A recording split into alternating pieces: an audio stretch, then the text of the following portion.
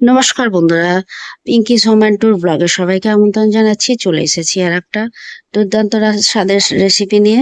তো আজকের রেসিপি হচ্ছে টক ঝাল আমের আচার। তো এখানে দেখতেই পাচ্ছেন আমি এখানে 4টে বড় বড় সাইজের আম নিয়ে নিয়েছি। এটা হচ্ছে হিমসাগর আম। এই 4টে আম দিয়ে আজকে আমি টক ঝাল আমের আচার বানাবো, তেল আম আচার। আর এটা আমি রোদে শুকানোর ঝামেলা ছাড়াই বানাচ্ছি, ইনস্ট্যান্ট আচারটা বানাবো। তো তার জন্য আমটাকে আমি ভালো করে আগে ধুয়ে নিয়েছি জলে। তারপর একটা শুকনো কাপড় দিয়ে ভালো করে মুছে নেবো, যাতে না কোনো গায়ে জল লেগে থাকে। তো এইভাবে চেপে চেপে ভালো করে জলটা মুছে নিতে হবে একটা শুকনো ন্যাকড়া দিয়ে। তো এখানে আমটা আমি ভালো করে কুচে নিচ্ছি। এরপরে আমি ছোট ছোট টুকরো করে আমটা কেটে নেব। তার আগে খোসাটা ছাড়িয়ে নেব আমের। এইভাবে আমি বটির সাহায্যে আমটাকে ছাড়িয়ে কেটে নিচ্ছি। তো দুটো আম একটু আঁটি হয়ে গেছিল, শক্ত ছিল, কাটতে একটু অসুবিধাই হচ্ছিল। তো যাই হোক, কেটে নিয়েছি আমি আম দুটোকে। আর দুটো আম একটু কচি আম ছিল, অসুবিধা হয়নি। তো এইভাবে কেটে আমি ভেতরের কুশিটাকে বের করে দিচ্ছি প্রথমে। বের করে তারপর ছোট ছোট পিসের আকারে আমি আমটাকে কেটে নেব।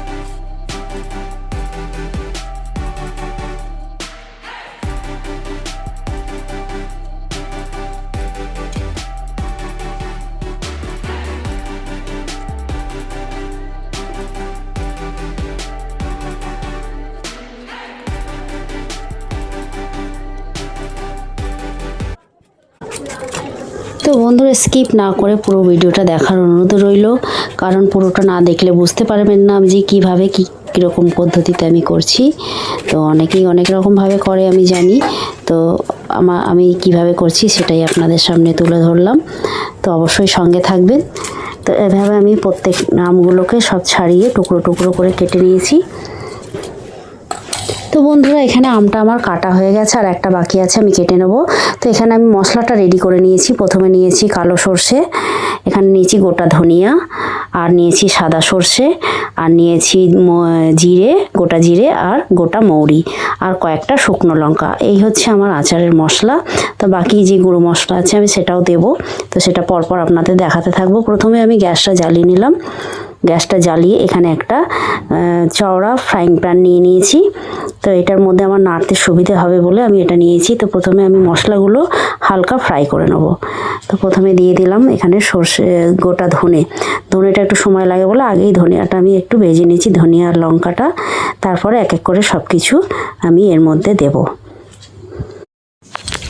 তো এরপরে যেটা মশলা দেবো সেটা হচ্ছে এই যে এখানে গোটা জিরেটা দিয়ে নেব। তারপর দেব গোটা মৌরি। এরপর এখানে দিয়ে নেব কালো সর্ষে। তারপর দিয়ে নেব সাদা সর্ষে।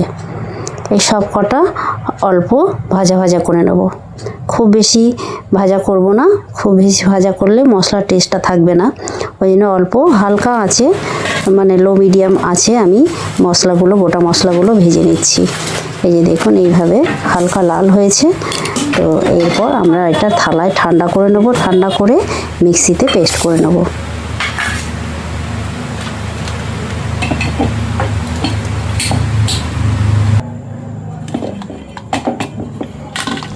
তো বন্ধুরা, মশলাটা এখানে হয়ে গেছে। আমি খুব বেশি মিহি পেস্ট করলাম না, একটু সামান্য দরদরা থাকবে সেই রকম পেস্ট, কারণ মশলার আচার বেশি পেস্ট হয়ে গেলে ভালো লাগবে না। তো এখানে খানিকটা আমি তুলে রাখছি, আর খানিকটা আমি পরে কাজে লাগাবো, আর খানিকটা এখন দেব মশলাতে। তো এখানে চলে আসলাম আবারও একটা খালি ফ্রাইং প্যান নিয়ে। তো আমি এখানে দিয়ে দিচ্ছি, এখানে দেখুন একটা শিশিরের 200 ml শিশি। তো তার তেলটা অর্ধেকটা তেল আমি দিয়ে দিয়েছি, অর্ধেকের বেশি তেল দিয়ে দিয়েছি।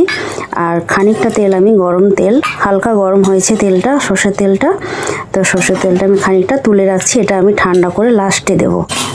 যখন আচারটা হয়ে যাবে ঠান্ডা করে বয়মে ভরবো তখনই আমি এই তেলটা আবার দেবো। তো এখানে একটু 5 ফোড়ন দিয়ে নিয়েছি, দিয়ে আমগুলোকে একটু তেলে সামান্য ভেজে দেবো।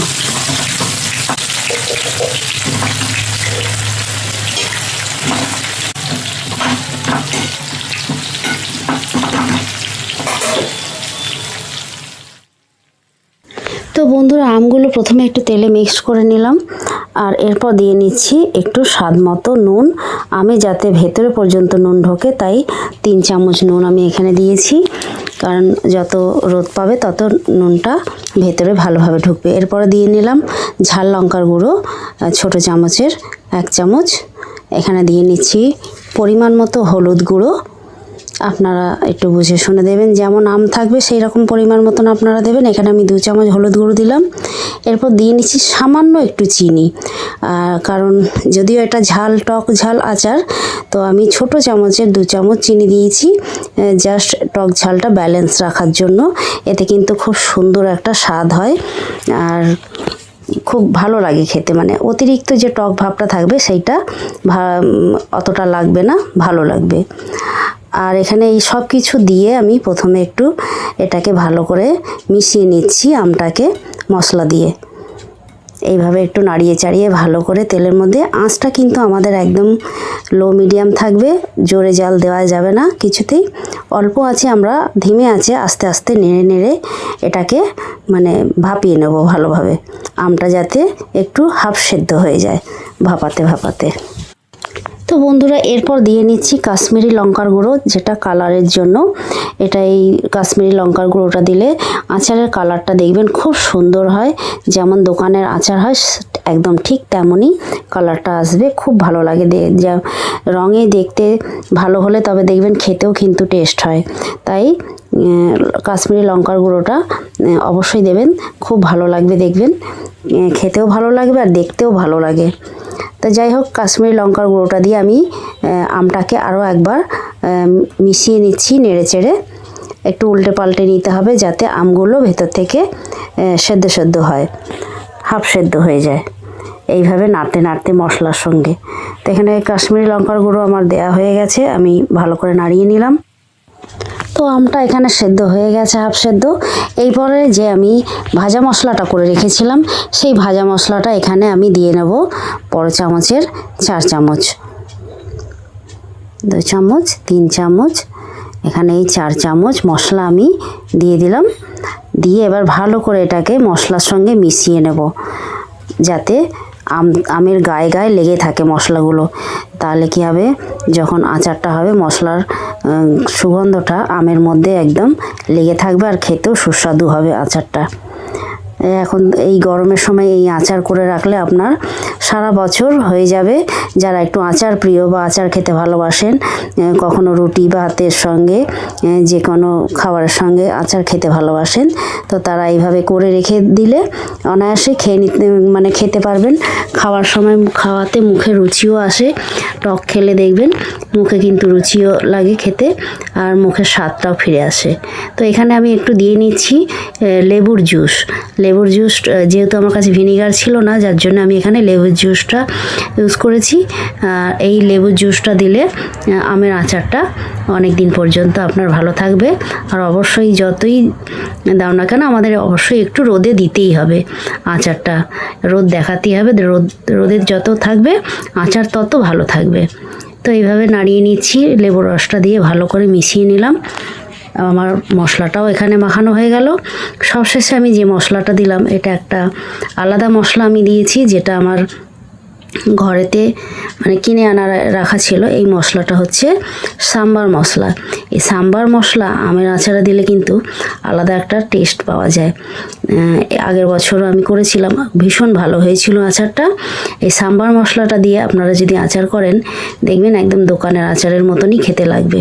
খুব সুন্দর হয় আচারটা, আর একটা খুব সুন্দর গন্ধও ছাড়ে, খুব ভালো লাগে খেতে। তো সাম্বার মশলাটা লাস্টে মিশিয়ে নিয়ে আমি এবারে এটাকে রেখে দেবো সারা রাতের জন্য, ঠান্ডা করার জন্য এটা রেখে দেবো। পরের দিন সকালবেলায় আমি এটাকে কাচের বয়মে, শুকনো কাচের বয়মে ভরে আপনাদের দেখাবো। তো বন্ধুরা, আচারের পদ্ধতিটা আপনাদের কেমন লাগলো অবশ্যই কিন্তু কমেন্টের মাধ্যমে জানাবেন। আপনাদের কমেন্টের আশায় থাকবো। আপনাদের একটা লাইক কমেন্ট আমার ভিডিওর করার ইচ্ছেটা আরও প্রবল করে দেবে। তো সবাই পাশে থাকবেন, অনুরোধ রইল সবাইকে। ভিডিওগুলো দেখবেন, ভালো লাগলে শেয়ার করে রাখবেন নিজেদের চ্যানেলে। তো এবারে আমি একটা শুকনো কাচের জার নিয়ে নিয়েছি, কারণ আচারটা আমি রাত্রেবেলায় করেছিলাম আর সারা রাত ছিল, ঢেকে রেখে দিয়েছিলাম ঠান্ডা হওয়ার জন্য। এবার আমি এই যে দিনের বেলা সকালে একটা খালি বোতল নিয়ে নিয়েছি। এই বোতলে আমি আচারটা এবারে এর মধ্যে রেখে দেবো।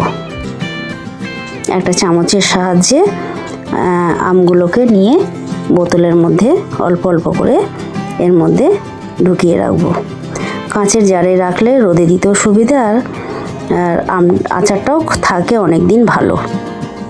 অবশ্যই এই আচারটা রোদে দিতেই হবে, কারণ যেহেতু আমি আমটা শুকাইনি রোদে, তো না শুকিয়ে করেছি, ওই জন্যে আচারটা হয়ে গেলে অবশ্যই আপনারা রোদে দেবেন, দেখবেন অনেক দিন আচারটা ভালো থাকবে।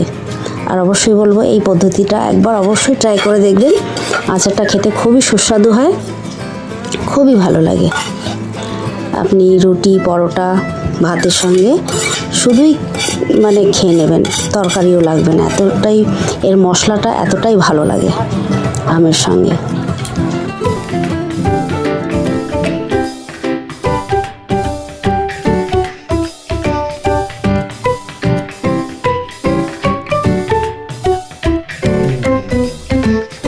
তো বন্ধুরা, সব শেষে আমি দিয়ে নিচ্ছি এখানে ওপর থেকে সর্ষের তেলটা।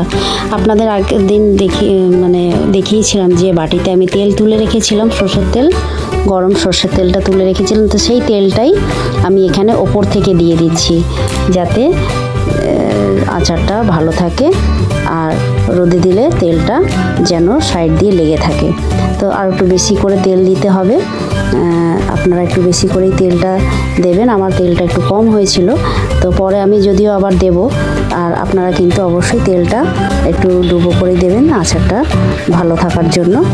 তো কেমন লাগলো আমার এই পদ্ধতি সবাই কমেন্টে জানাবেন। আরও একবার বললাম, আর সবাই ভালো থাকবেন, সুস্থ থাকবেন। দেখা হবে আবার একটা নতুন ভিডিও নিয়ে, নতুন রেসিপি নিয়ে।